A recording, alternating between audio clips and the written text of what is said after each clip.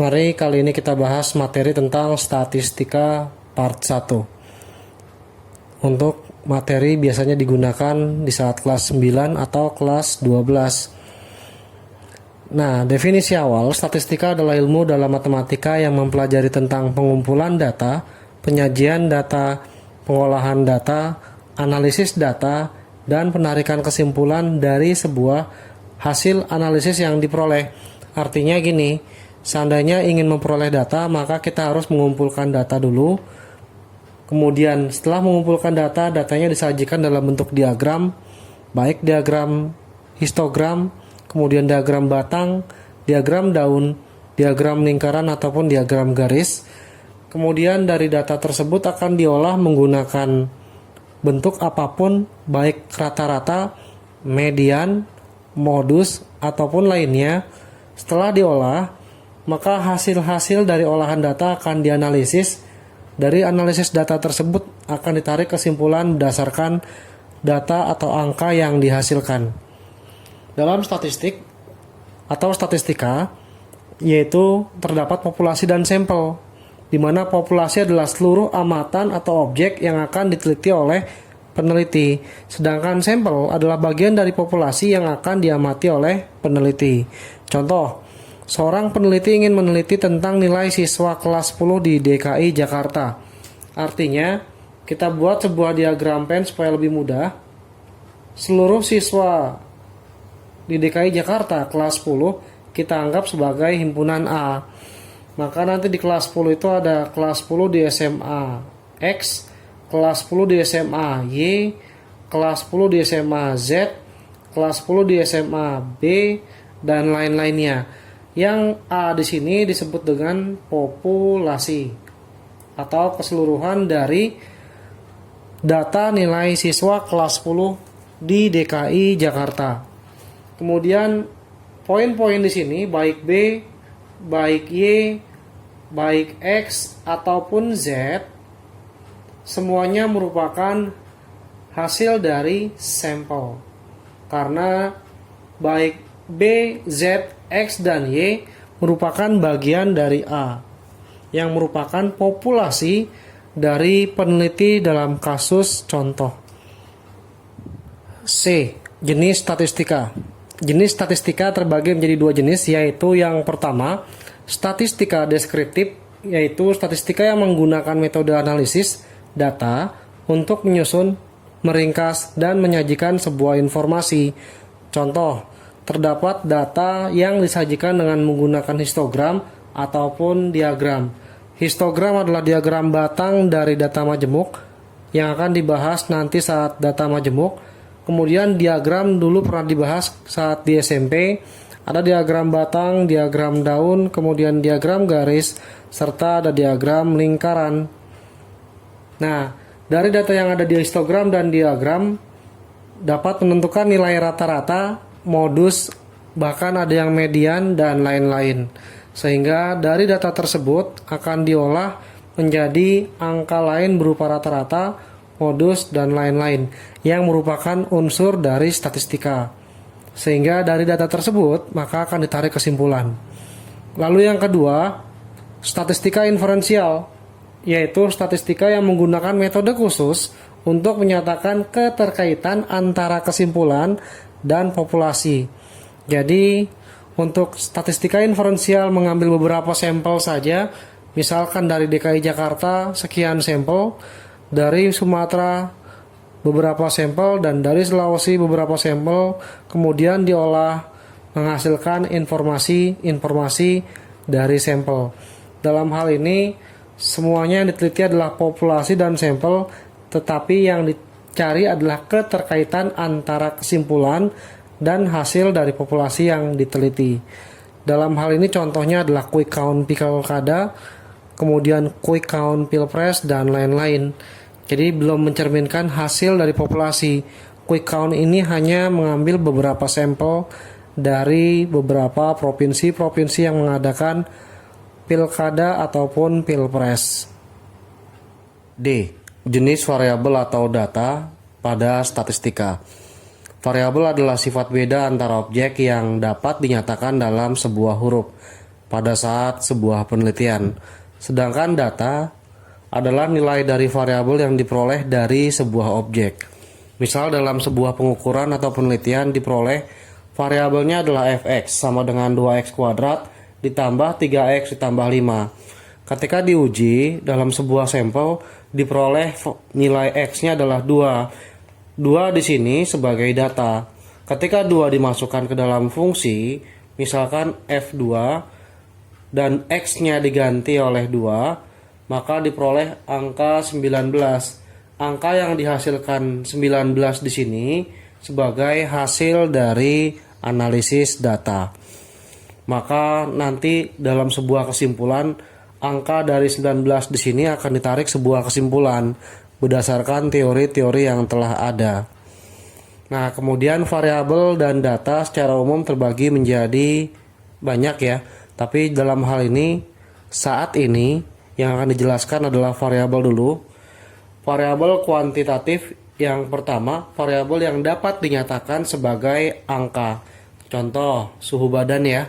Suhu badan jika diukur mendapatkan sebuah bilangan atau angka 36,8 derajat atau 34,7 derajat. Bahkan terjadi saat demam bisa 40,8 derajat dan seterusnya. Kemudian tinggi badan. Tinggi badan pun jika diukur menggunakan sebuah alat ukur, maka akan menghasilkan sebuah bilangan atau angka. Lalu yang kedua, variabel kualitatif. Variabel yang tidak dapat dinyatakan sebagai angka. Contoh, ada warna bunga. Warna bunga tidak memiliki angka pasti. Karena warna kuning, warna merah tidak dapat dinyatakan oleh angka. Kemudian bentuk mata juga tidak dapat dinyatakan oleh angka, serta sifat manusia dan lain-lain yang tidak dapat disebutkan karena terlalu banyak. Nah, dalam hal ini variabel kuantitatif dan kualitatif sering digunakan dalam pembuatan skripsi, di mana kuantitatif menggunakan hasil atau perhitungan dengan sebuah aplikasi yang bernama SPSS. Sedangkan nomor 2 untuk variabel kualitatif dapat digunakan untuk mencari data dengan metode kuesioner ataupun metode-metode lainnya seperti penarikan sampel. 3. Variabel diskrit. Variabel diskrit adalah variabel yang memiliki nilai melalui proses perhitungan. Contoh, banyaknya bunga yang berwarna merah dalam sebuah taman. Artinya kurang lebih seperti ini. Jika terdapat seorang peneliti ingin meneliti tentang kondisi bunga yang berwarna merah, biru, dan lainnya dalam sebuah taman, ketika peneliti memetik dan diletakkan pada suatu wadah, ada bunga berwarna merah sebanyak 8 buah, maka angka 8 yang tertera pada bunga berwarna merah merupakan variabel diskrit yang diperoleh peneliti tersebut dalam sebuah taman. Ataupun misalkan banyaknya bunga yang berwarna biru, setelah dipetik diperoleh angka 12, ada 12 bunga yang berwarna biru. Angka 12 tersebut juga merupakan variabel diskrit. Nomor 4, variabel kontinu. Variabel kontinu adalah variabel yang memiliki nilai dengan melalui proses pengukuran. Sebagai contoh, tinggi pohon yang berada di daerah sekolah. Tinggi pohon diukur dari letak di tanah hingga ke puncak pohon. Setelah mendapatkan hasil, misalkan tingginya adalah 2,8 meter, maka angka 2,8 meter tersebut disebut dengan variabel kontinu. Contoh kedua, berat badan warga RT2 RW 8. Setelah melakukan pengukuran dengan menggunakan alat ukur, berat badan yang diperoleh dari warga RT2 RW 8 merupakan variabel kontinu. Misalkan warga RT2 RW 8 yang bernama Anggi. Setelah diukur mendapatkan tinggi 160,72 cm, maka angka 160,72 cm merupakan variabel kontinu. Nah, dari variabel-variabel yang digunakan dalam sebuah penelitian yang sebelumnya saya sebutkan satu persatu, hanya boleh menggunakan salah satu variabel saja dalam sebuah penelitian ya. Mau entah skripsi, kemudian yang lainnya, harus hanya satu variabel. Ketika menggunakan lebih dari dua variabel, maka metode dari penarikan sampelnya harus dilakukan dengan cara yang berbeda. Begitu pula dengan data penelitian. Untuk tahap ringannya cukup menggunakan satu jenis data saja. Ketika sudah menguasai satu jenis data dan satu jenis variabel, boleh menggunakan dua jenis data, dua jenis variabel, ataupun lebih. Data secara umum terbagi menjadi beberapa jenis, yaitu 1. Data tunggal.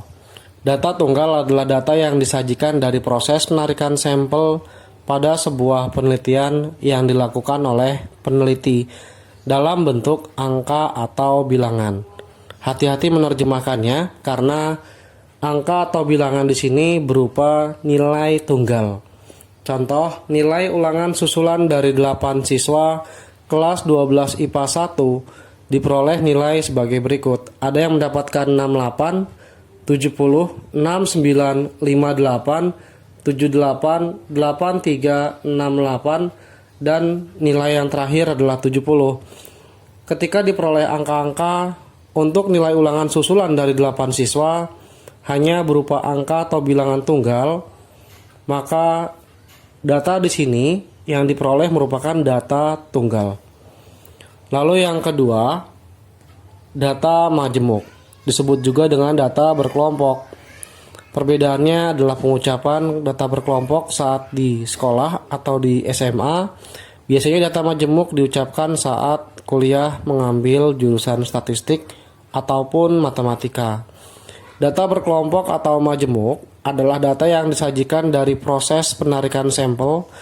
Hati-hati nih ya, ada pengucapan dalam bentuk selang interval. Nah, contohnya adalah berat badan siswa. Antara interval 160 hingga 165, frekuensinya 8, antara 166 hingga 170, frekuensinya adalah 10. Nah, interval di sini dari 160 hingga 165, misalkan ada 8 siswa yang tingginya terletak di antara 160 hingga 165. Kita ambil di antara 160 sampai 165 sebanyak 8 siswa. Sebagai contoh misalkan 161, 161, 162, 162, 163, 164, 165, dan 165. Jadi tidak melebihi batas dari angka 165 yang telah ditetapkan pada berat badan siswa. Dan seterusnya hingga ke bawah untuk 166 sampai 170 berat badannya menggunakan kilogram ya. Terdapat frekuensi 10 siswa. Ini hanya contoh saja, tidak menunjukkan atau bukan merupakan pencerminan dari kondisi sesungguhnya. Dengan logika tidak mungkin berat badan siswa mencapai 160 kg. Penyajian data.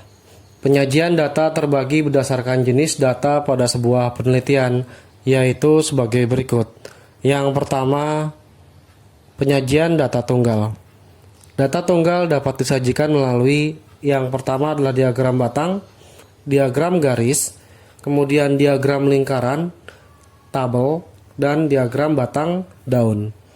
Nah, dalam hal ini untuk data tunggal tidak akan saya bahas untuk penyajian data karena sudah pernah dibahas pada jenjang SMP. Kedua, data majemuk atau data berkelompok. Data berkelompok disajikan melalui histogram. Histogram di sini sebutan dari diagram batang data berkelompok. Kemudian ada lagi poligon, sebutan dari diagram garis data berkelompok, dan menggunakan kurva frekuensi kumulatif. Nanti akan dibahas pada slide berikutnya atau video berikutnya. Untuk kurva frekuensi kumulatif nanti ada dua, frekuensi kumulatif kurang dari dan frekuensi kumulatif lebih dari. Nah, dalam hal ini contoh perbedaan antara diagram pada masing-masing data adalah sebagai berikut. Pada data tunggal, misalkan ada data yang diperoleh angka 6, angka 7, angka 8, angka 9, angka 10. Nah, pada angka-angka ini diagram batangnya terpisah. 6 sendiri, 7 sendiri, 8 sendiri, 9 dan 10 pun memiliki batang sendiri. Sedangkan data majemuk di bawah di sini merupakan interval data yang diperoleh dari sebuah penelitian. Nah, sedangkan diagram batang masing-masing interval data saling berhimpit satu sama lain. Berbeda dengan data tunggal yang terpisah antara data satu dengan data yang lainnya. Pada data majemuk, semua histogramnya adalah berhimpit atau bahkan nempel.